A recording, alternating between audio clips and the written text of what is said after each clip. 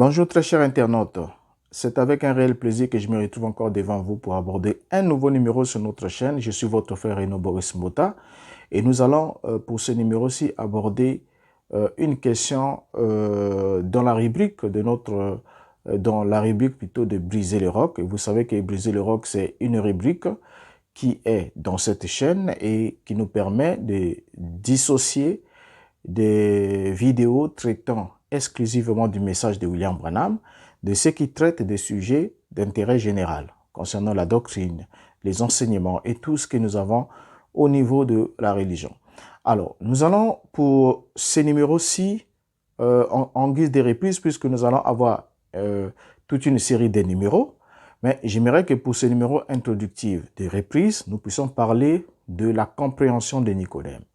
Et je crois que ce sujet va être très alléchant et d'où je demanderai que vous prêtez vraiment suffisamment d'attention, que le Seigneur nous fasse suffisamment de grâce pour que nous puissions réellement saisir le fond de ce que nous voulons comprendre ensemble avec vous durant les quelques minutes que nous allons passer autour de ce numéro. Nous allons parler de la compréhension de Nicodème.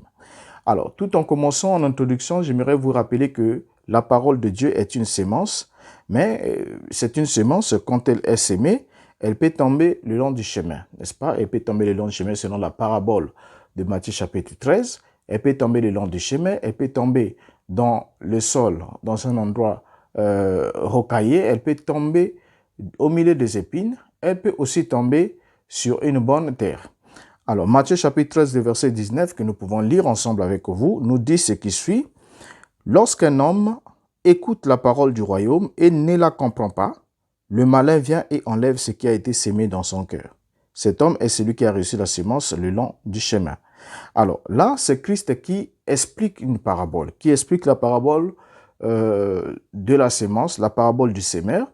Et ici, il nous montre un premier point et il nous dit que lorsqu'un homme écoute, donc il interprète le fait que la sémence soit tombée le long du chemin, il dit que lorsqu'un homme écoute la parole du royaume et ne la comprend pas. J'aimerais qu'on souligne ensemble avec vous cette partie, cette séquence est très importante.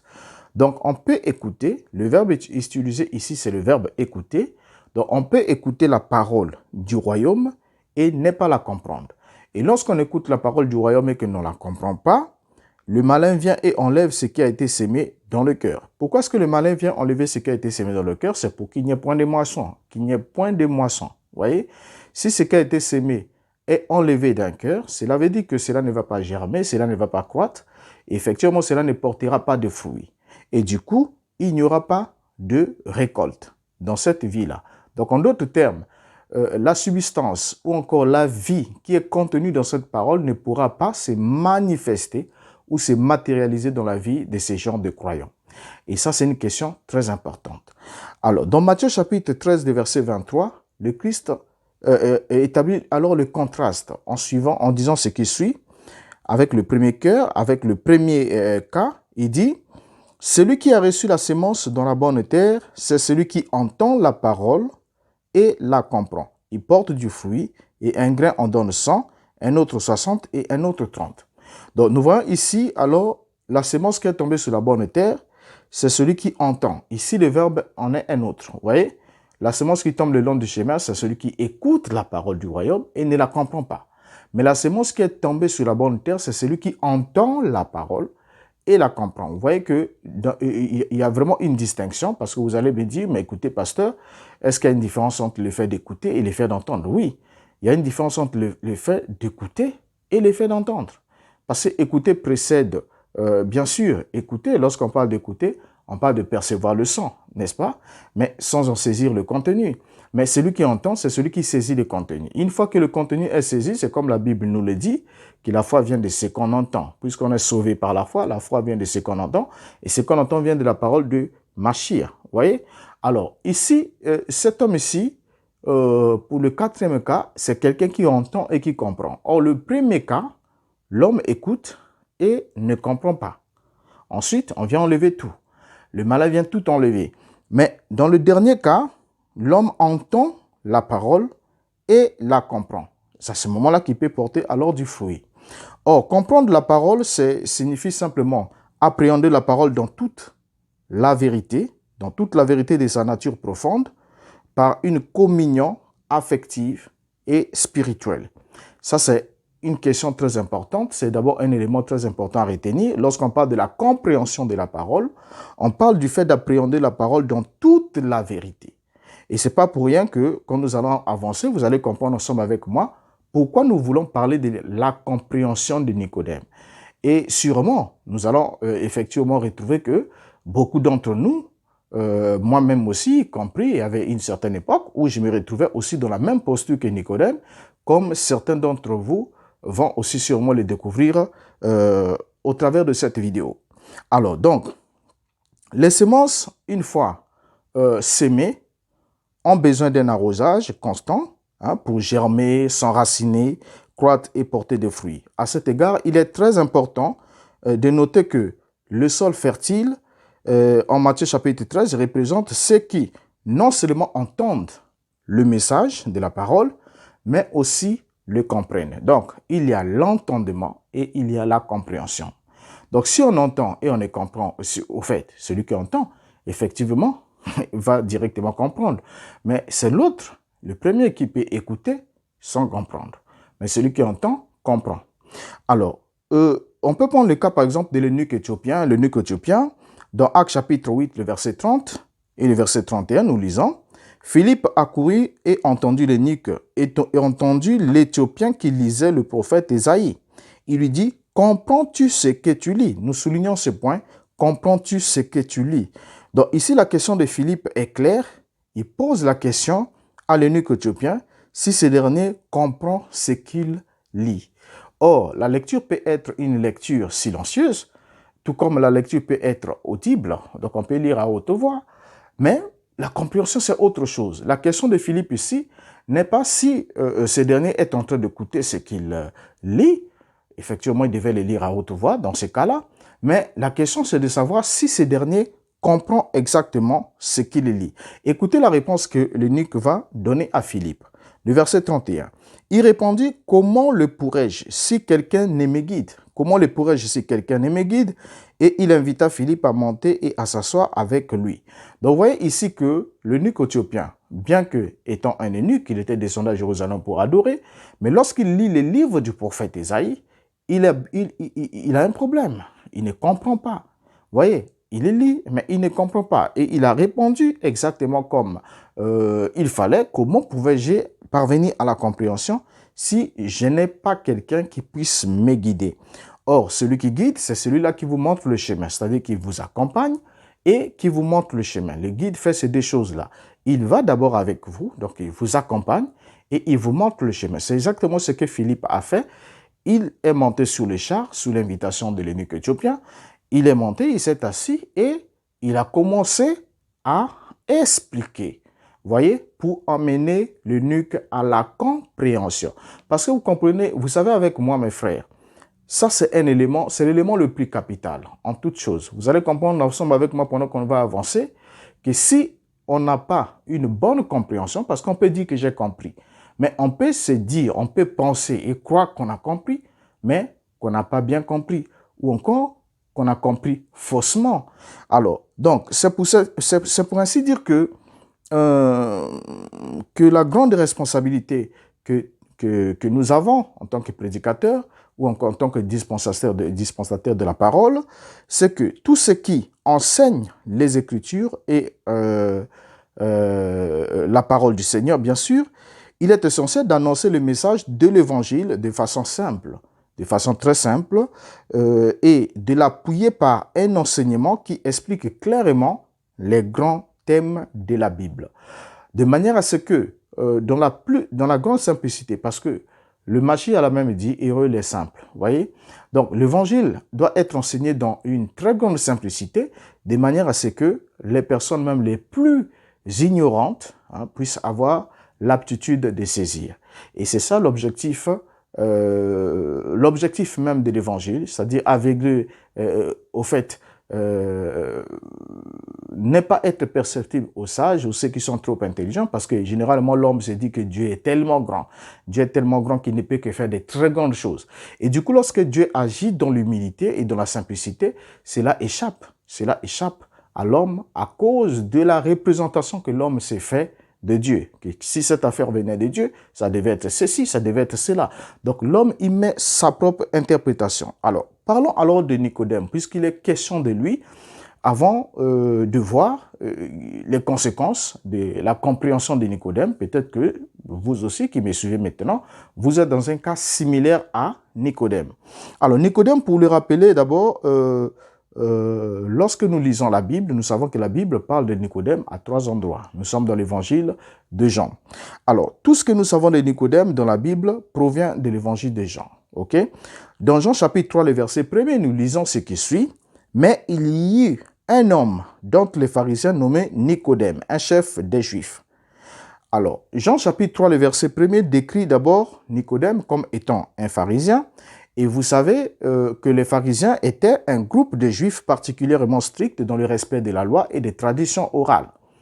Alors, dans Jean chapitre 3, le verset 30 et le verset toujours 1er, la Bible nous décrit Nicodème comme étant aussi en même temps un chef des Juifs. Donc, il était d'abord un pharisien, ensuite, il était un chef des Juifs. Et lorsqu'on va dans Jean chapitre 7, le verset 50, les versets 50 à 51, la Bible nous montre qu'il était membre du Sanhédrin, qui était le directoire juif. Alors, chaque ville avait son Sanhédrin, ça on doit les rappeler, qui fonctionnait un peu comme un tribunal de première instance. Vous voyez? Alors, à l'époque du Mashiach, la nation juive jouissait d'une certaine autonomie sous l'autorité romaine et le grand Sanhédrin de Jérusalem était la cour d'appel pour toute affaire relative à la loi et à la religion juive. Alors, donc, il s'agissait en quelque sorte d'un tribunal qui, c'est pratiquement le même tribunal qui a condamné Yeshua HaMashiach, même s'il a dû passer par Pilate afin de valider sa sentence. Pourquoi? Parce que, d'après la loi romaine, la peine de mort était au-delà de la juridiction du Sanhédrin. Donc, le Sanhédrin pouvait statuer sur toute autre affaire, mais la loi romaine ne permettait pas au Sanhédrin de mettre à mort qui que ce soit. Donc, Nicodème était apparemment un membre du grand Sanhédrin de Jérusalem.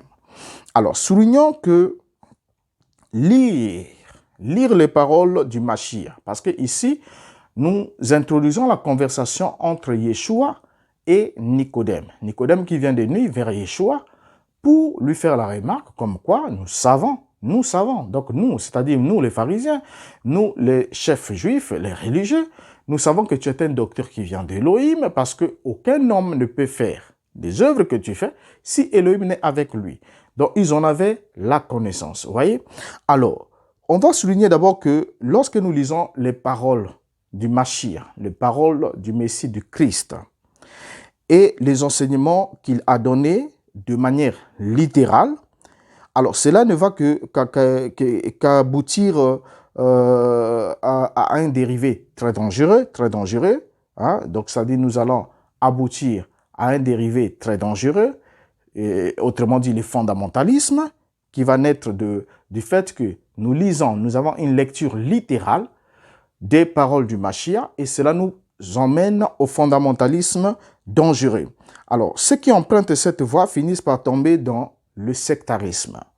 Parce que le sectarisme, c'est le fait d'être convaincu qu'on a emprunté une bonne voie autour d'une vérité et on fait une interprétation littérale d'un texte et on se focalise sur ce texte-là et le reste de ce que disent les Écritures ne nous concerne plus. En ce moment-là, nous sommes dans un secte. Alors, ensuite, non seulement que cela peut vous emmener dans le sectarisme, mais on risque aussi par conséquent de perdre tout sens critique. Parce qu'une fois qu'on est lié par l'esprit d'une secte, on n'a plus le sens critique. C'est-à-dire qu'on ne s'autorise plus à remettre en cause ou encore à penser par soi-même sur quoi que ce soit, même quand cela échappe à la raison, cela échappe à la compréhension, à la bonne compréhension. Mais on s'est dit, mais puisque c'est comme ça que c'est donné, et je dois l'accepter ainsi. On doit souligner encore un élément important, qui est très important au niveau de la foi, parce qu'il y en a qui disent, écoutez frère, vous devez simplement croire et ne pas chercher à comprendre. Donc il faut croire et ne pas comprendre. Or, ce n'est pas ce que disent les Écritures. Entre l'entendement et la foi qui est une ferme assurance, c'est-à-dire la conviction, il y a la compréhension, parce que vous ne pouvez pas être convaincu de ce que vous n'avez pas compris. Et ce n'est que quand vous êtes convaincu que vous vous sentez concerné que cela devient vie en vous. C'est-à-dire que la sémence s'enracine, prend racine en vous. Et lorsque la sémence prend racine, elle commence alors à croître. Et quand on parle de la croissance, vous savez très bien avec moi, c'est le changement de hauteur, le changement de niveau. Donc, cette parole que vous recevez au-dedans de vous va commencer à modifier ou à changer progressivement le niveau de votre entendement spirituel et le changement aussi du niveau de votre entendement spirituel produira en même temps aussi le changement de votre niveau d'élévation spirituelle. Donc, ce sont des éléments très importants à retenir. Alors, l'Église aujourd'hui prêche pratiquement l'enseignement de Nicodème. L'Église, je peux dire à 99%, sauf erreur, si je n'exagère pas, à 99%, vous allez comprendre ensemble avec moi pourquoi je l'ai dit, l'Église prêche à 99% l'enseignement de Nicodème ou encore la compréhension de Nicodème. Or, Nicodème avait une compréhension charnelle des choses spirituelles. C'est là que nous voulons alors aborder cette question. Nicodème avait une compréhension charnelle des choses spirituelles. Donc, il voulait faire des choses spirituelles une application charnelle. Et c'est là qu'était tout le problème de Nicodème. Et c'est là que se retrouvent aussi tous les problèmes de la religion, tous les problèmes des dénominations, tous les problèmes des églises, des systèmes, des prophètes et tout. On veut faire, lorsqu'on lit la parole de Christ, la parole du Mashiach, on veut en faire une application naturelle ou encore une application charnelle, alors que ce dernier n'est pas dans le domaine du charnel. Alors ça, ce sont des éléments très importants que nous devons souligner ensemble avec vous pendant que nous avançons. Alors, quelle fut la réponse lorsque Nicodème est arrivé vers le Mashiach et qu'il a fait cette remarque-là, cette brillante remarque comme quoi nous savons que tu es un docteur qui vient de l'Elohim parce que personne ne peut faire les œuvres que tu fais si Elohim n'est avec lui. Quelle était la réponse que Yeshua avait donnée à Nicodème? Dans Jean chapitre 3, le verset 3, nous lisons. Yeshua lui répondit, en vérité, je te le dis, si un homme n'est né de nouveau, il ne peut voir le royaume de Dieu. Alors, ça c'est ce que vous lisez dans la plupart des versions, notamment lui second les autres versions. On nous dit que Jésus lui répondit, en vérité, je te l'ai dit, si un homme n'est né de nouveau, il ne peut voir le royaume de Dieu. Alors, vous allez vous dire, écoutez frère, c'est Jésus qui a parlé de la nouvelle naissance, donc on doit naître de nouveau. C'est une condition pour pouvoir voir, percevoir le royaume de Dieu. Il faut naître. OK? Mais laissez-moi vous dire que le Mashiach ici n'a pas dit ce qu'on l'a fait dire. C'est que lui en fait dire les traducteurs, qui dénote bien sûr de la mauvaise compréhension de Nicodème qui a influencé les traducteurs et ces derniers ont transformé les paroles du Mashiach. Pourquoi est-ce que je le dis? Je ne le dis pas de moi-même, c'est parce que le texte est clair en grec. Lorsque nous prenons le texte, Yeshua dit, il utilise deux mots grecs, donc nous avons génao anoden, et ce dernier mot, donc anoden, lui, il signifie, c'est un adverbe qui est accroché au verbe naître. Donc ce dernier mot, anoden, signifie d'en haut. Il signifie d'en haut, il signifie d'un endroit plus élevé, il signifie du paradis, il signifie depuis le début, depuis le premier, comme tu étais, ou encore un nouveau. Alors, donc ici, cela ne veut pas, on ne peut pas prendre ce mot et directement dire naître, au lieu de dire naître d'en haut, qui est la première définition de ce mot anodème, en l'occurrence. Mais on est allé choisir la dernière définition, c'est-à-dire un nouveau. Et ça n'a rien aussi à voir avec des nouveaux, parce qu'un nouveau et des nouveaux, c'est deux choses différentes. Bon, je n'aimerais pas qu'on puisse entrer dans cette rhétorique de la langue française, mais ceux qui comprennent la profondeur de ce sens comprennent qu'il y a vraiment une distinction. Donc, le Christ utilise la traduction, parce que le Christ ne parlait pas le grec, ça il faut le souligner, mais l'écrivain, l'évangéliste de l'écrivain, ou encore l'écrivain de l'évangile de Jean, utilise Génao Anotem. Alors, lorsqu'il utilise Génao Anotem, cela est rendu par lui second par naître de nouveau. Or, Anotem signifie d'en haut, d'un endroit plus élevé, du paradis. Vous voyez? Alors, c'est le Mashiach ici qui est en train de parler. Est-ce que le Mashiach fait allusion à une naissance naturelle, terrestre, charnelle et physique, ou il fait allusion à une autre naissance? Parce que vous savez que la naissance, c'est le commencement de l'existence. C'est le commencement d'une existence autonome hors de l'organisme maternel. Ça, c'est dans le cas de la naissance physique. Alors, ici, le Christ a parlé, est-ce que le Christ a parlé de naître de nouveau? Non, il n'a pas parlé de naître de nouveau. D'ailleurs, il y a certains traducteurs qui ont rendu fidèlement ce texte, et j'apprécie. Nous avons par exemple la traduction Pyroclamer, donc de 1938 à 50, édition Louzeil, qui va dire ce qui suit. Jésus lui répondit, en vérité, je te l'ai dit, nul s'il n'est né d'en haut ne peut voir le royaume de Dieu. Et lorsque nous prenons la traduction Albert Rilliette, donc de 1858, il dit ce qui suit. Jésus lui répliqua, en vérité, je te le déclare, si quelqu'un naît né d'en haut, il ne peut voir le royaume de Dieu. Alors, c'est Nicodème qui plutôt avait mal compris. Il avait mal compris et qui répliqua à Yeshua en parlant de naître de nouveau. Ça vient de Nicodème. Et vous allez comprendre ensemble avec moi que lorsqu'on parle de naître de nouveau, c'est Nicodème qui a emmené cela. Et lorsque nous prenons la traduction toujours Pyro et Clamer, Nicodème va poser cette question. Nous sommes dans Jean chapitre 3, verset 4. Nicodème lui dit, comment un homme déjà âgé peut-il naître? Peut-il entrer une seconde fois dans le sein de sa mère et naître? Vous voyez?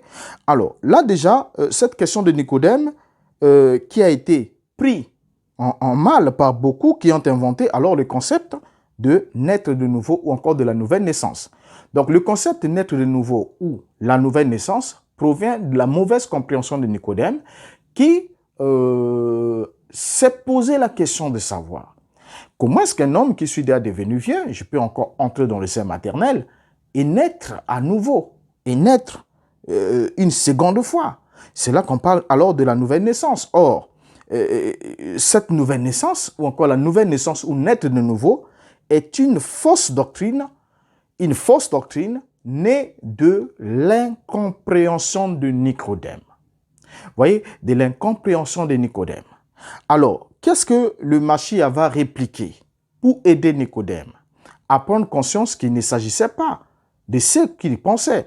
Il va dire dans, je prends la traduction, le Semer, et il va dire, Jean chapitre 3, verset 5, « Vraiment, je t'assure, je te l'assure, reprit Jésus, à moins de naître d'eau, c'est-à-dire d'esprit, personne ne peut entrer dans le royaume de Dieu. » Alors là aussi, c'est un verset qui a eu des problèmes, aussi des traductions. Dans la version de Ségan, on entend le Christ dire, en vérité, je te l'ai dit, si un homme n'est né d'eau et d'esprit, il ne peut entrer dans le royaume de Dieu.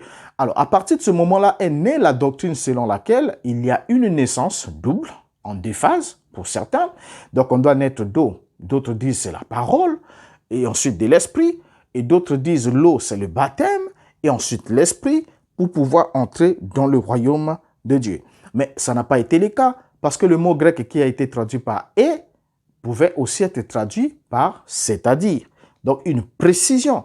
Alors, donc ici, là, la version Semer le rend mieux, et nous allons comprendre, pendant que nous évoluons, pourquoi est-ce que cette version rend mieux les paroles du Mashiach, la réponse du Mashiach à l'interrogation de Nicodème. Lorsque Yeshua dit, il dit, vraiment, je te l'assure, reprit Jésus, à moins de naître d'eau, c'est-à-dire d'esprit, personne ne peut entrer dans le royaume de Dieu. Alors, voilà ce que c'est naître d'en haut. Yeshua a parlé de naître d'en haut. C'est naître de l'esprit et non naître de nouveau. Ça, c'est une question très importante à souligner. Il n'y a pas d'amalgame là-dessus. Vous pouvez dire, mais écoutez, frère, naître de l'esprit, ça veut dire naître de nouveau. C'est faux. C'est faux. Naître de nouveau, c'est une conception venant de l'incompréhension de Nicodème, mais alors que le Mashiach est en train de parler d'une autre naissance. Il parle d'une autre naissance. Et la suite ici va nous démontrer que Nicodème n'avait absolument rien compris. Dans Jean chapitre 3, le verset 6, Yeshua va ajouter à Nicodème, ce qui est né de la chair est chair, et ce qui est né de l'esprit est esprit. Voilà bien ce qui est bizarre. Ce qui est bizarre, c'est que quand Christ dit que ce qui est né de l'esprit est esprit, nous voyons quand même des hommes de chair nés des hommes de chair, aussi et de sang, qui proclament et qui confessent qu'ils sont nés de nouveau. Et ils confessent qu'ils sont nés de nouveau. Vous allez voir un prédicateur qui dit, frère, je suis né de nouveau. Les gens enseignent, vous devez naître de nouveau. Tout ça là, vous devez naître de nouveau. Et lorsqu'on enseigne, vous devez naître de nouveau, on est en quelque sorte, en fait, on est en train d'inculquer l'incompréhension de Nicodème qui posait un problème suite à l'impossibilité d'un homme d'entrer dans le sein maternel et de naître de nouveau. C'est que le Mashiach n'avait pas dit. Vous voyez? Alors, donc, ici, la question, lorsque les gens parlent de naître de nouveau, en fait, ils confondent naître de nouveau, qui est une déclaration de Nicodème, l'incompréhension de Nicodème, avec naître d'en haut, qui était l'enseignement donné par le Mashiach, naître d'en haut. Alors, dans la traduction toujours pyroclamère, nous lisons le verset 7 qui dit, Jean chapitre 3, le verset 7, la Bible dit, « Ne t'étonne pas si je t'ai dit, il faut que vous naissiez d'en haut. » Voilà, il faut que vous naissiez d'en haut. Donc, vous voyez que dans le premier verset, le tout premier verset, la première réponse de Yeshua à Nicodème, il a parlé de naître d'en haut. Génao anoten. Donc ici, là, il précise à Nicodème, ne t'étonne pas si je t'ai dit qu'il faut que vous naissiez d'en haut. Il n'a pas dit il faut que vous naissiez de nouveau, mais il faut que vous naissiez d'en haut. Alors voilà ce que le Christ, au fait, voilà, le Christ, lui, n'a jamais enseigné la nouvelle naissance, mais il a enseigné la naissance d'en haut, qui sont bien des choses différentes. Et nous aurons au fait, nous aurons tout le temps possible d'entrer dans la profondeur, mais pour le moment, nous sommes en train de parler de l'incompréhension de Nicodème. Et cette incompréhension qui caractérise pratiquement tout le monde, hein, pratiquement à 99%, et nous allons comprendre pourquoi. Prenez encore un peu de patience. Alors, dans Jean chapitre 3, le verset 8, Yeshua va maintenant atterrir pour aider Nicodème. Il va maintenant ouvrir et montrer exactement de quoi est-ce qu'il était en train de parler à ce dernier, à cet homme religieux. Jean chapitre 3, verset 8, il dit, « Le vent souffle où il veut et tu en entends le bruit, mais tu ne sais d'où il vient ni où il va. Il en est ainsi de tout homme qui est né de l'esprit. » Voilà, donc c'est de ça dont il était question. Donc depuis le début, c'est ce que le Mashiach était en train d'enseigner. Vous voyez, était en train de montrer à Nicodème, naître d'en haut, la hauteur, le haut, c'est le domaine de l'esprit. Et voilà pourquoi il va descendre plus bas. Quand il lui dit de naître d'en haut, il n'a pas compris. Il dit, si tu n'es né d'eau, c'est-à-dire d'esprit, tu ne peux pas entrer. Vous voyez, naître d'en haut pour voir, naître d'eau, c'est-à-dire d'esprit, pour entrer. Et ici, il atterrit, il achève en disant, tout homme, il en est ainsi de tout homme qui est né de l'esprit. Il ne dit pas, il en est ainsi de tout homme qui est né d'eau et d'esprit. C'est pour montrer là qu'il parlait d'une seule naissance. C'est une seule naissance qui se passe en un seul acte. Vous voyez, et comme toute naissance, nous aurons le temps de parler dans les détails, comment se passe cette naissance-là. Et vous allez comprendre ensemble avec moi, dans les numéros qui vont suivre, bien sûr, où nous allons traiter de cette question en long et en large. Vous comprenez ensemble avec moi que lorsque vous confessez que vous êtes né de nouveau, au fait, vous n'êtes que séduit. Vous n'êtes que séduit. Excusez-moi de vous le dire, vous n'êtes que séduit. Mais allons-y, continuons ensemble.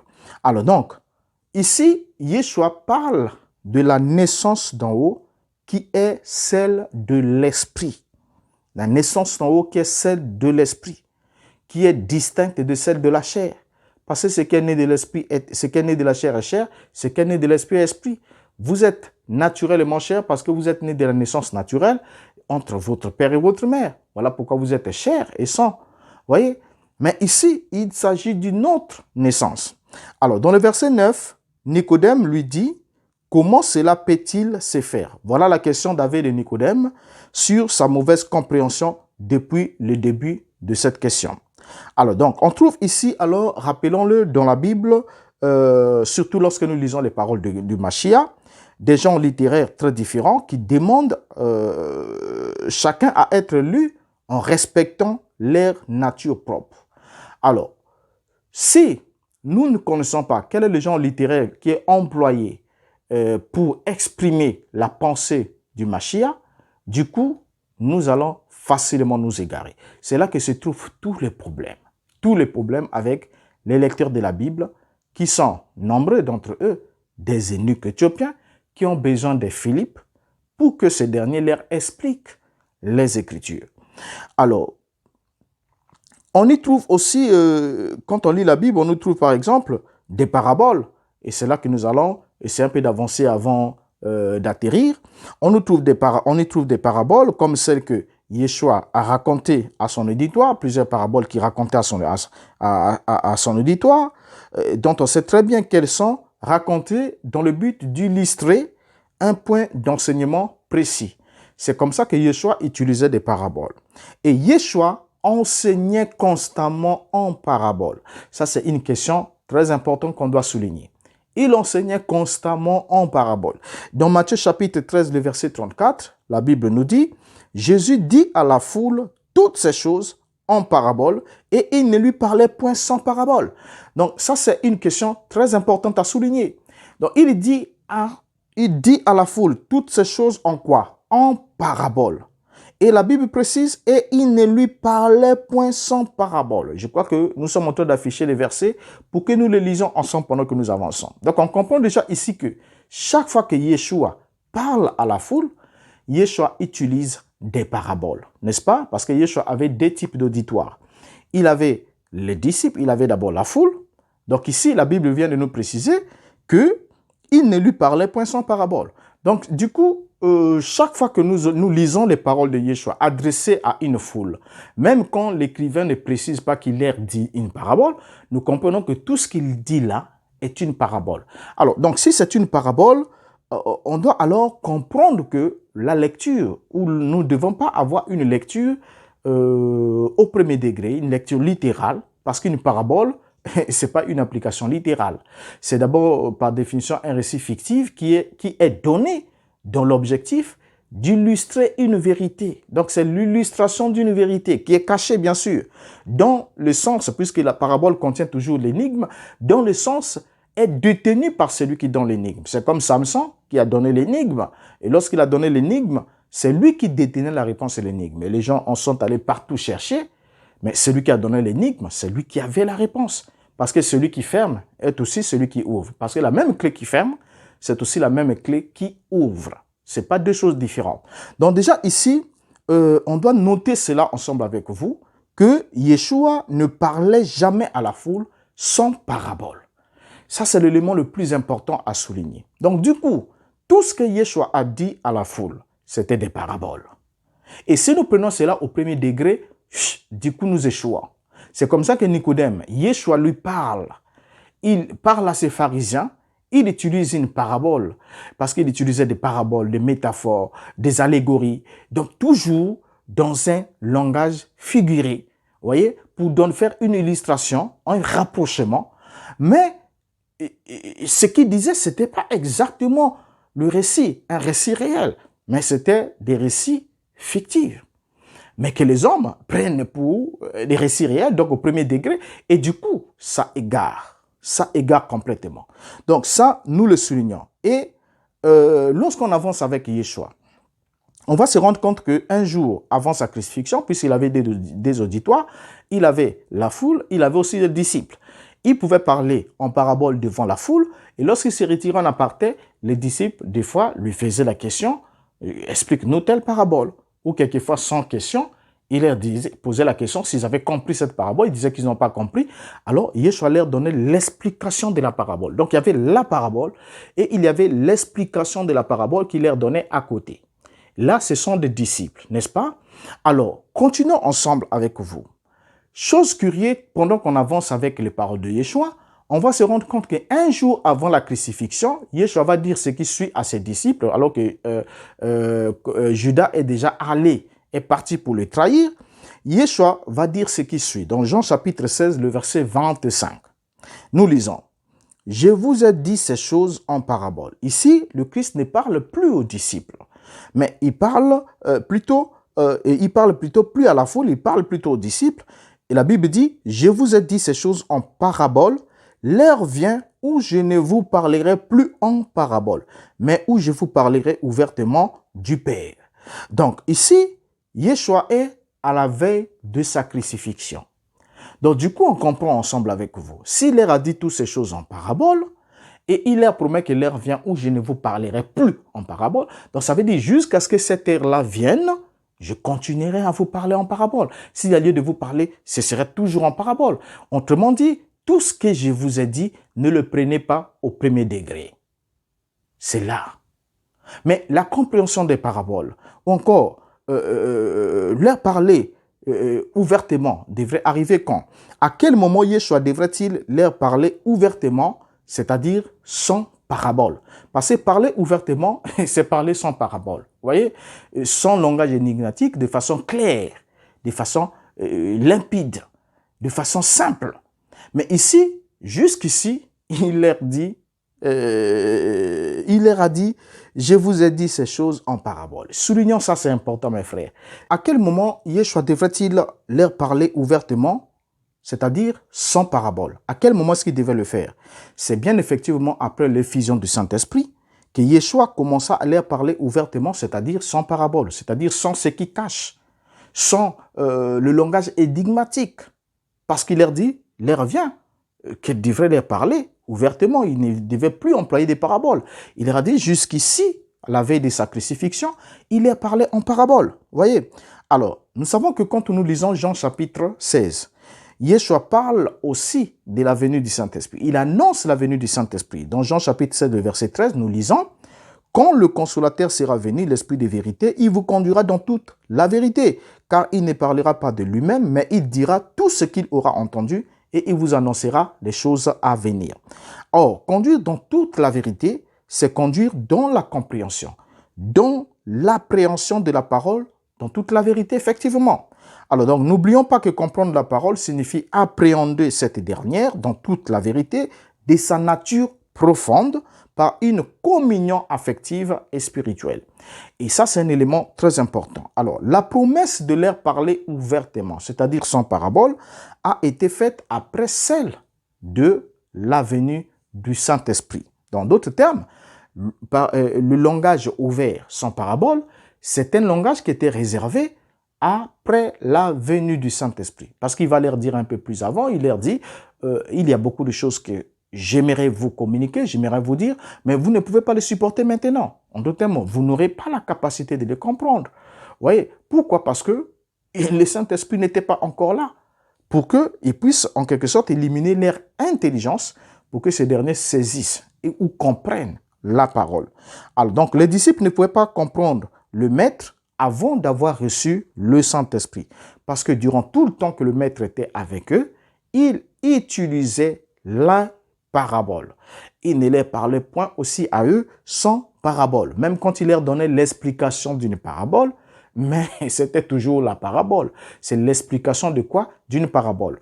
Or, la compréhension ne provient pas de l'explication d'une parabole, mais la compréhension provenait du fait que ces derniers devraient leur parler ouvertement, c'est-à-dire sans parabole.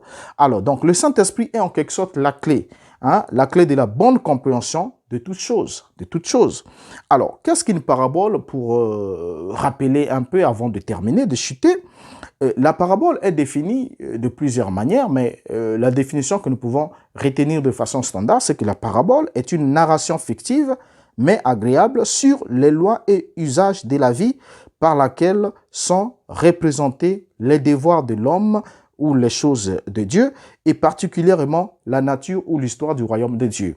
Alors, une parabole est en quelque sorte un récit fictif et énigmatique destiné à donner une instruction. C'est ça l'objectif d'une parabole, destiné à donner une instruction. Donc, l'instruction est communiquée, mais l'instruction est à l'intérieur. Et c'est comme nous l'avons souligné un peu plus haut, que c'est celui qui communique une parabole qui détient aussi lui-même l'instruction qu'il veut communiquer dans cette dernière. Comme Samson qui avait donné l'énigme et qui avait lui aussi la clé pour ouvrir l'énigme. Parce que celui qui ferme, celui qui a la clé pour fermer, a effectivement la clé pour ouvrir. Parce que la clé qui ferme et la clé qui ouvre, c'est la même clé.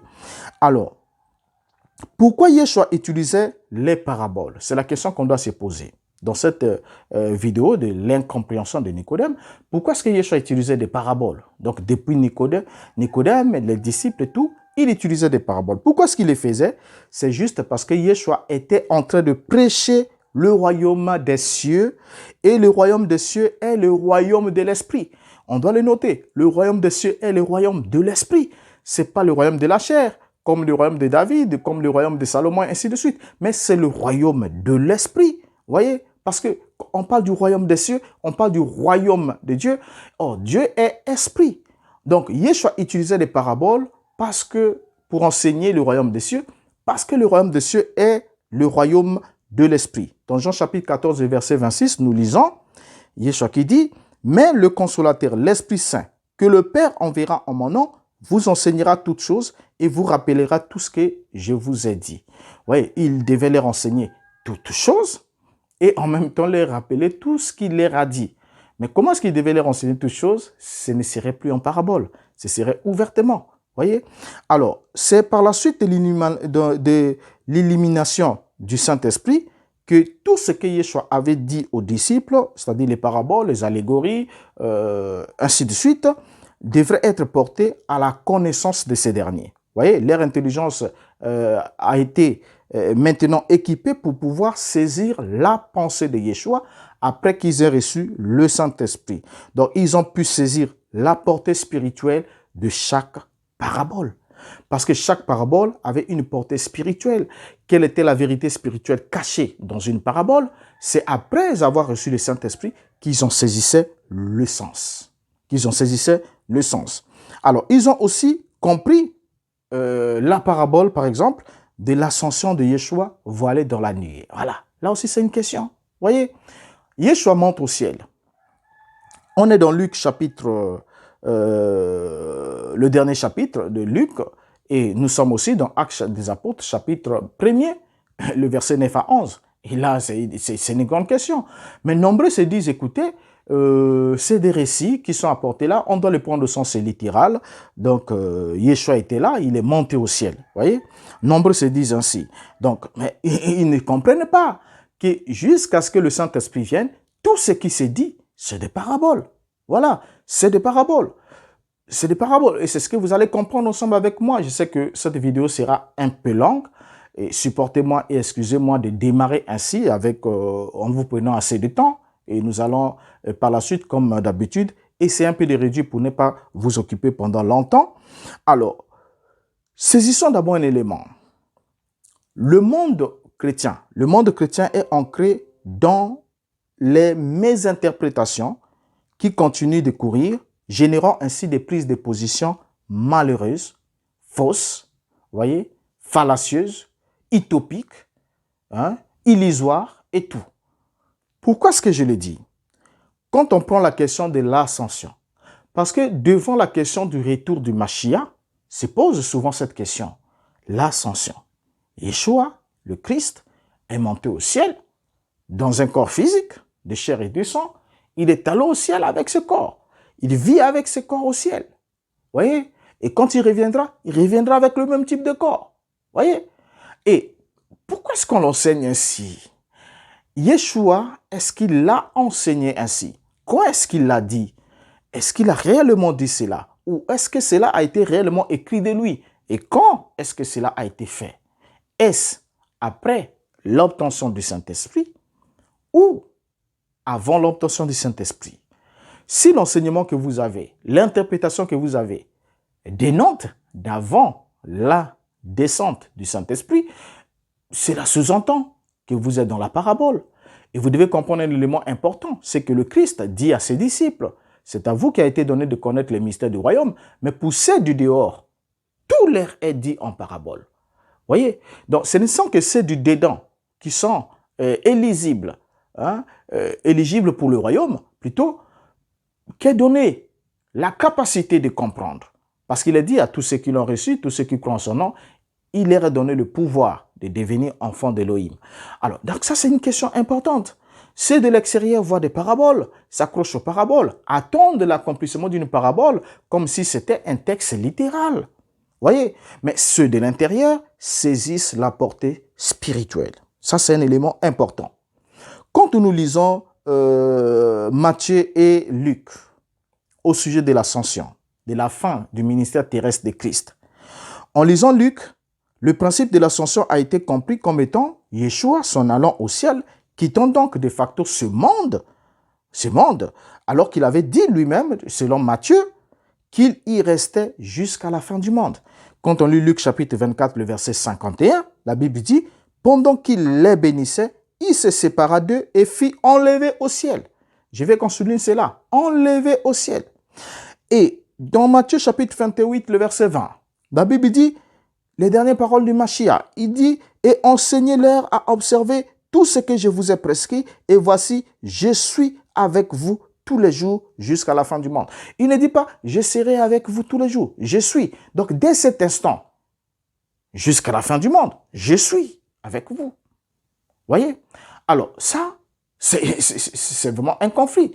Là, nous avons un problème. Le problème, c'est lequel? Matthieu nous dit ce que Yeshua dit. Mais Yeshua, ici, il est dit quand? Il est dit avant la venue du Saint-Esprit. Il est dit avant la venue du Saint-Esprit. Avant le temps où il ne devait plus leur parler en parabole. Mais, voilà, voyez. Donc, lorsque Yeshua leur dit, je suis avec vous tous les jours jusqu'à la fin du monde, et Luc nous dit que ce dernier a été séparé d'eux et fut enlevé au ciel, alors du coup, ceux qui lisent, qui prennent la parabole pour une réalité, ont compris que l'ascension, selon eux, signifie que Yeshua s'en est allé au ciel, quittant donc de facto ce monde,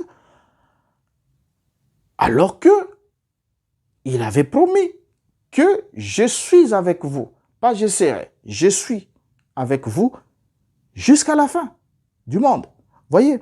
Alors donc, en vérité, lorsqu'on est dans cette question, on doit comprendre que Yeshua, je sais que ça va scandaliser quelqu'un, mais on doit vous le dire. Yeshua ne s'est pas envolé selon la Bible. Quand on lit les textes bibliques, il ne s'est pas envolé. Il ne s'est pas envolé. Mais il a disparu. Il a disparu. Quand la Bible parle de dérober, une nuée à dérober, c'est juste une transition. C'est une parabole, une métaphore. Une métaphore de la transition entre le monde physique, visible, et le monde de l'esprit, qui est invisible. Donc, c'est ce passage, voyez. Et lorsqu'il passe du monde visible ou physique, ou encore du monde dans lequel nous sommes, pour entrer dans le monde de l'esprit, la Bible dit qu'une nuée les déroba. En d'autres termes, il a changé juste de dimension, voyez. Mais il ne s'envole pas comme un oiseau, comme Superman, quelque chose comme ça, de ce genre, pour aller au-delà des étoiles, au-delà des sphères, au-delà de la Voie lactée, et continuer à voyager jusqu'à l'infini. Voyez? Alors, ça, c'est des éléments très importants à souligner ensemble. Voyez? Donc, il ne s'est pas envolé, mais il a disparu pour aller, quand on prend le texte anglais, je sais qu'il y a des gens qui ne sont pas d'accord, mais quand on prend les traductions anglaises, Yeshua ne s'est pas envolé, mais il a disparu pour aller dans les in heaven, qui peut être traduit par le paradis. Voyez? Mais cela ne doit pas être compris comme the sky, c'est-à-dire le ciel. Non, ce n'est pas ainsi. Voyez? Alors, lorsque Paul a rencontré Yeshua sur le chemin de Damas, nous lisons dans Actes chapitre 9, le verset 3, la Bible nous dit, comme il était en chemin et qu'il approchait de Damas, tout à coup, une lumière venant du ciel resplendit autour de lui. La question que je peux vous poser, cette lumière qui a resplendu autour de Paul venait du ciel. Quel ciel? Est-ce que cela venait d'au-delà de la Voie lactée, au-delà de la voûte céleste, ainsi de suite, donc au-delà de l'espace intergalactique? Donc cette lumière venait de là-bas. Et nous connaissons les déplacements de la vitesse, de la lumière, ainsi de suite. Ça, on ne va pas rentrer dans le cadre physique. Est-ce qu'il y en était ainsi? Non. Mais lorsque la Bible parle juste de descendre, la lumière est descendue. Ça veut simplement dire que la lumière a quitté la dimension de l'esprit, la dimension de l'invisible, de l'imperceptible, pour devenir visible, perceptible, soit aux 5 sens du corps, soit au sens de l'esprit. Voyez, c'est cela. C'est cela l'action de descendre. Être perceptible. Alors, la lumière venant du ciel ne venait pas de l'au-delà, de la Voie lactée, mais elle s'était juste rendue manifeste devant eux. Donc la descente du ciel est lorsque l'invisible devient perceptible à l'un des 5 sens du corps ou à celui de l'esprit. C'est à ce moment-là qu'on parle de la descente. Voyez? Et la montée, c'est le sens contraire. C'est lorsque ce qui était perceptible aux 5 sens du corps ou au sens de l'esprit ne l'est plus, cesse de l'être. Et c'est là qu'on va voir un peu plus loin dans Jean chapitre 14, le Mashiach qui dit aux disciples, dans peu de temps, le monde ne me verra plus, mais vous me verrez. Pourquoi? Parce que je vais juste changer de dimension. Je ne serai plus perceptible aux 5 sens de l'esprit et aux 5 sens du corps, mais je vais être perceptible au sens de l'esprit. Pourquoi? Parce que je rentre dans le monde de l'esprit. Et le monde ne peut pas me recevoir. Voyez? Ils ne peuvent pas me voir. Ils ne peuvent plus le faire. Alors, ça, c'est des points très importants qu'on doit souligner. Alors, Paul, ici, avant qu'on termine, Paul va parler d'un homme qui fut enlevé jusqu'au paradis. Nous lisons dans 2 Corinthiens chapitre 12 verset 4, la Bible dit « fut enlevé dans le paradis ». Retenez bien, soulignons le verbe, fut enlevé dans le paradis et qu'il entendit des paroles ineffables qu'il n'est pas permis à un homme d'exprimer. Il fut enlevé où? Dans le paradis. Mais quand nous descendons plus bas dans d'autres versets, dans le même chapitre, Paul dit, s'il était dans son corps ou hors de son corps, je ne sais pas. Ça veut dire, s'il était, il fut enlevé dans son corps, ou bien il fut enlevé hors de son corps. Je ne le sais pas. Voyez, donc là déjà, être enlevé au paradis ne voulait pas dire que ce dernier a été pris avec la chair et le sang, il est parti. Mais s'il est enlevé avec son corps, cela sous-entend que son corps est passé de la dimension physique et il est rentré dans la dimension de l'esprit. Donc il devient imperceptible. Donc si quelqu'un était à côté de ces derniers, il le voyait, il disparaissait. Il n'était plus là. Vous voyez? Mais si c'était hors de son corps, ça serait comme en quelque sorte de l'extase. Le corps est là, immobile, inactif et tout, comme dans un coma et autres. Mais ce dernier est en train de voyager dans une autre dimension. Donc ce sont des choses importantes à souligner. Donc Paul ici ne souligne pas, n'est pas en train de nous parler de ce que le monde enseigne comme tel, parce que ici cet homme a été enlevé jusqu'au paradis, voyez. Oh, Yeshua aussi, le Christ, lui aussi, il a été enlevé jusqu'où? Au paradis, in the heaven, qui est bien sûr rendu dans certaines traductions par le ciel, mais quand vous prenez les traductions anglaises qui sont les premières par rapport aux traductions françaises, vous avez le roi Jacques, ainsi de suite, vous allez voir qu'il y a une distinction entre heaven et sky. C'est très important, bien qu'en grec, nous avons un seul mot, Uranos, et bien d'autres mots dérivant de ces derniers. Alors, je sais que quelqu'un est en train de comprendre, mais cela nous a déjà pris assez de temps et j'aimerais qu'on puisse chuter ensemble avec vous.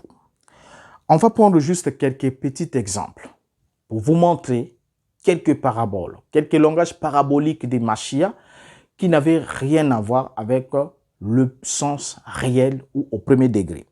Quand Yeshua parle de la destruction du temple, de son corps aux Juifs, les Juifs, de son corps aux Juifs et de son relèvement après 3 jours, les Juifs l'accusent de vouloir détruire leur temple de pierre pour le rebâtir en 3 jours, alors que cela a pris des décennies pour le bâtir. Voyez, là nous sommes dans Jean chapitre 2, le verset 19 à 21. Mais pourtant, Yeshua parlait d'un autre temple, le temple spirituel. Voyez, qui n'avait rien à voir avec le temple littéral.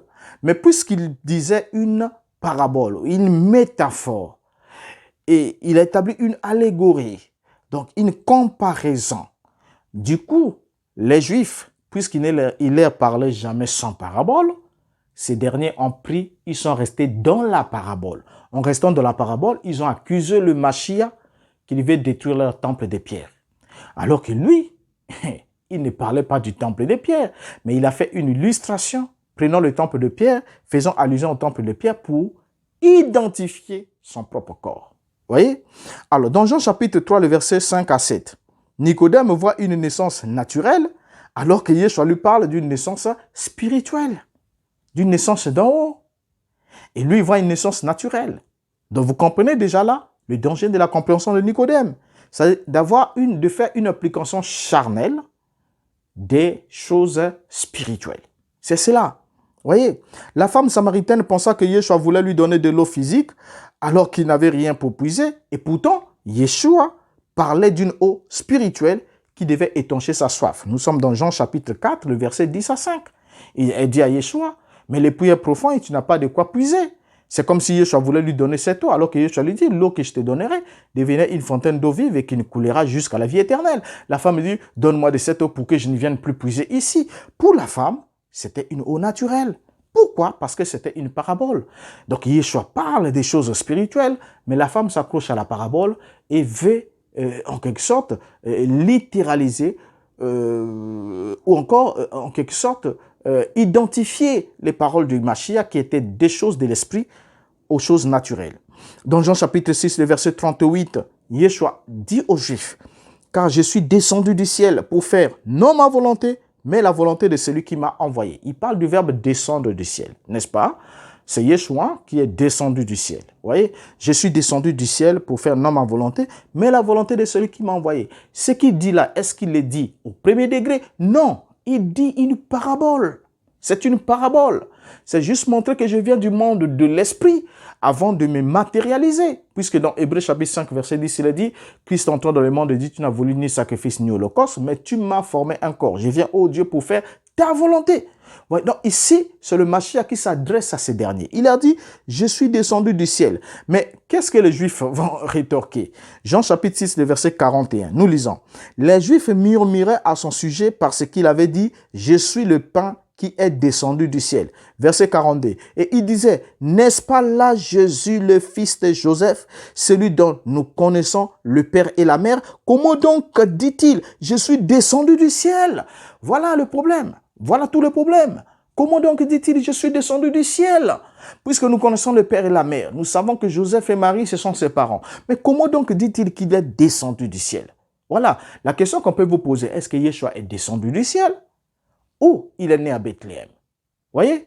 Alors, donc, du coup, là, vous comprenez ensemble avec moi que quand le Christ parle de descendre du ciel, il n'est pas en train de parler dans un sens littéral. Voyez? Il est dans une parabole. C'est une métaphore. C'est pas moi qui l'ai dit. Mais c'est lui qui a dit cela à ses disciples. Et la Bible nous dit qu'il ne parlait jamais à ses Juifs sans utiliser des paraboles. Donc, du coup, lorsque vous prenez cela au premier degré, cela montre que vous êtes ceux du dehors.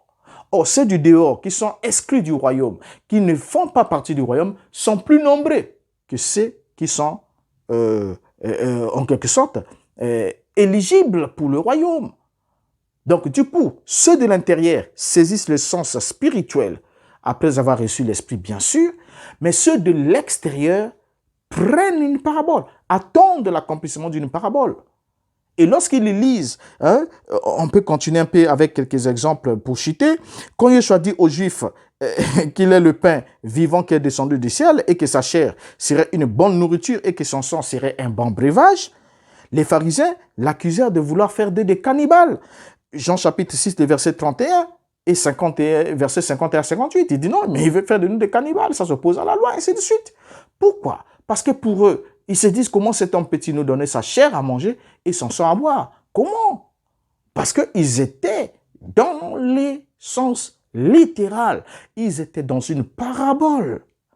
Donc ils s'accrochaient au voile. Ils ne pouvaient pas traverser le voile. Ce n'était pas possible pour eux. Parce que Yeshua dit, je leur dis toutes ces choses en parabole afin qu'ils ne comprennent point. Afin qu'on entende, ils ne comprennent point. De peur qu'ils se convertissent et qu'ils soient sauvés. C'était une prophétie, on expliquera cela dans une autre vidéo. Donc, c'est des questions importantes. Voyez?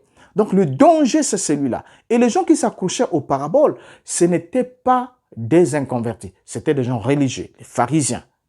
Et Israël, les Juifs, un peuple religieux de tout le temps, qui observait les fêtes, qui observait certains rituels, ainsi de suite, et des traditions, mais qui, du moins, n'avaient pas l'esprit pour pouvoir comprendre le sens des paraboles.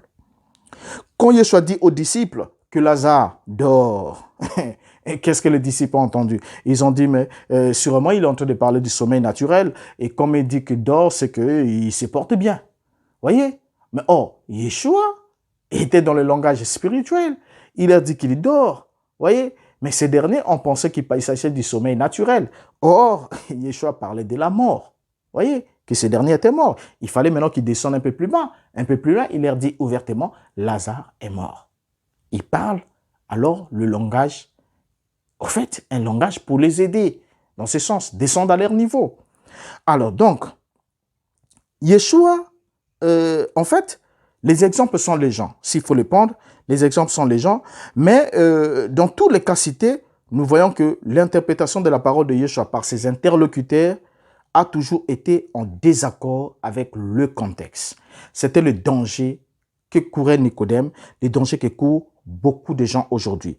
Quand Yeshua parle du spirituel, ses interlocuteurs en donnent une interprétation littérale ou charnelle et qui, dans tous les cas, est toujours fausse. Et pourtant, Yeshua va déclarer dans Jean chapitre 6, le verset 63, « C'est l'esprit qui vivifie, la chair ne sert de rien. Les paroles que je vous ai dites sont esprit et vie. » Alors, si les paroles de Yeshua sont esprit, c'est-à-dire, au fait, si les paroles de Yeshua sont esprit, c'est qu'ils ne sont pas à prendre au sens littéral, mais à prendre au sens spirituel. Les paroles que je vous ai dites sont esprit et vie. Donc, c'est des paroles à ne pas prendre au sens littéral, mais à prendre au sens spirituel. Alors, comment Yeshua, qui était né, pouvait-il dire qu'il était descendu du ciel? Voilà. Donc, on comprend que descendre du ciel, c'est passer de l'invisible au visible, de l'immatériel au matériel. Alors, monter au ciel, c'est l'opération retour. Donc, quand Yeshua monte au ciel, au fait, Yeshua ne fait qu'accomplir l'acte retour. Et c'est le feedback. Vous voyez? Donc, il disparaît. Et voilà pourquoi la Bible utilise la métaphore qu'une nuée l'a dérobé. En d'autres termes, il a été caché, voilé. Ça veut dire qu'il y a une transition entre le monde littéral, ce monde physique, et le monde de l'esprit dont il parlait constamment. Le royaume de Dieu. Alors donc, quand il promet alors de descendre de nouveau dans sa seconde venue, dans sa venue, dans la génération qui a vu sa crucifixion, alors certains s'attendent à ce qu'il les fasse comme Superman, selon l'interprétation qu'ils ont de la parabole. Parce qu'ils ont lu, la Bible dit qu'il est monté. Alors, ils se sont dit monter, ça veut dire que c'est un sens vertical. Et descendre, ça veut dire que ça va faire... En fait, c'est le sens retour. Mais ce n'est pas ça.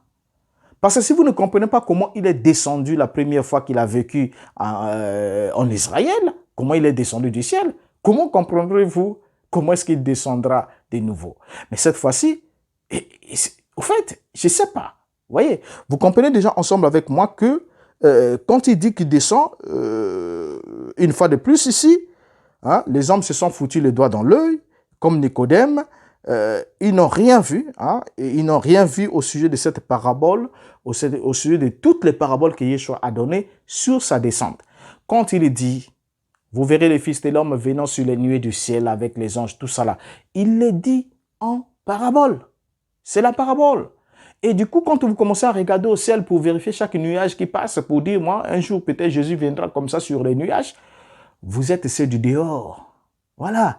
La parabole est faite pour vous désorienter, pour vous égarer, en fait. Vous voyez? Pour vous égarer. Parce que vous vous accrochez à ce qui va vous égarer. Mais ceux qui reçoivent l'esprit comprennent le sens. Ils savent que lorsqu'ils parlent de la venue de la nuée, c'est une métaphore de jugement pour apporter une justice rétributive. Et c'est ce qu'il a exactement accompli quand il dit que je viendrai comme un voleur dans la nuit. Mais que pensez-vous qu'un voleur fasse? Il dit lui-même ce que le voleur doit faire. Dans Jean chapitre 10, il dit que lorsque le voleur fait, qu'est-ce qu'il fait? Il ne vient que pour percer, pour dérober, pour égorger, pour détruire. Voyez? Mais est-ce que vous avez déjà pensé à ça quand vous dites non, il a dit qu'il viendra comme un voleur dans la nuit. Mais il vous dit vous-même ce qu'un voleur fait. Quand le voleur vient, c'est pourquoi? C'est pour percer, c'est pour égorger, hein? C'est pour détruire, c'est pour dérober. Voyez? Donc, ôter des choses. Tout ça là, c'est ce que le voleur fait. Ok? Alors, est-ce que vous avez un peu pensé à ça? Est-ce que vous avez pensé au fait que les Juifs ont été égorgés en l'an 70? Est-ce que vous pensez au fait que leur temple a été détruit? Donc, la maison a été percée en l'an 70. Est-ce que vous y pensez? Est-ce que vous pensez que le temple et la ville ont été détruites en l'an 70? Alors, Dieu lui-même avait promis à Abraham, on va chuter par là, j'aimerais pas qu'on aille un peu plus trop loin, mais j'aimerais dire ceci en mot de conclusion avant qu'on revienne avec un autre numéro, c'est que tout ce que le Christ a enseigné depuis le commencement de son ministère public jusqu'à l'ascension, donc à sa mort, sa résurrection, son ascension, tout est métaphore, parabole, allégorie, métonymie, ainsi de suite. Donc, rien n'est à prendre au premier degré. Je vous l'ai dit, rien n'est à prendre au premier degré. Sinon, vous allez aujourd'hui chercher la chair et le sang de Christ pour manger sa chair et boire son sang. Voyez? Et le moment où il doit parler ouvertement, c'est quand l'Esprit vient. Une fois que l'Esprit sera venu, il vous conduira dans toute la vérité. C'est à ce moment-là qu'il parlera ouvertement, sans parabole. Et c'est là que nous comprenons des choses. Or, lorsque vous voulez faire une application littérale des paroles de Christ, du coup, vous êtes ceux de l'extérieur. Donc, la différence entre ceux de l'extérieur et ceux de l'intérieur, c'est que quand le Christ dit « Je viendrai sur les nuées », ceux de l'extérieur attendent de le voir descendre sur un nuage, un homme de corps physique, de chair et de sang, descendre sur un nuage. Mais pourtant, ils disent que le Christ est allé au ciel, hein? In the heaven, au paradis, dans le royaume des cieux. Mais pourtant, Paul, qui a saisi le sens, avec l'esprit, il leur a dit, la chair et le sang n'hériteront point les royaumes. Voyez? Pourquoi? Il doit y avoir une transformation. Il doit y avoir un changement. Et nous en parlerons. Alors, je crois que je vous ai pris suffisamment de temps, mes frères, et je vous remercie pour le temps que vous avez consacré pour m'écouter. Et j'attends des suggestions et des commentaires. Et si vous avez des avis, mettez-les nous en commentaire et discutons-en et parlons. Mais je crois que on reviendra avec d'autres numéros pour donner encore suite à cette question parce que il est très important que nous comprenions la différence entre avant la venue du Saint-Esprit et la différence entre après la venue du Saint-Esprit. Et du coup, une fois que nous comprenons réellement, c'est à ce moment-là que nous commençons à croître. C'est à ce moment-là que nous allons porter les fruits à la saison. Et ensuite, après que les fruits soient mûrs, viendra alors la moisson. C'est comme ça que nous rentrons dans la gloire du royaume. Alors, je vous prends congé. C'était votre frère Eno Boris Mbota. Je suis joignable au numéro qui est affiché sur la vidéo. Et c'est aussi un numéro WhatsApp. Je compte sur vos prières, je compte sur vos suggestions et je compte aussi sur votre soutien multiforme. Si vous avez aussi un don à le faire, n'hésitez pas à le faire, même si vous n'êtes pas du tout d'accord avec moi. Mais pour l'avancement, pour que nous puissions éveiller les consciences, soutenons cette œuvre et allons plus loin ensemble, que ce soit de façon financière, de façon logistique, de façon spirituelle, quel que soit ce que vous pouvez faire, le moindre que vous puissiez faire, cela fera toujours du bien parce qu'il y a une âme quelque part qui va être éclairée. Et n'oubliez pas que celui qui sauve une âme de l'égarement a des multitudes de péchés qui sont pardonnés. Alors, faisons cela ensemble, parce que seul, je peux aller plus vite, mais je ne peux pas aller très loin. Mais ensemble, nous irons très loin. Alors, que le Seigneur vous bénisse. Je vous prends rendez-vous pour le prochain numéro sur la même chaîne. Au revoir.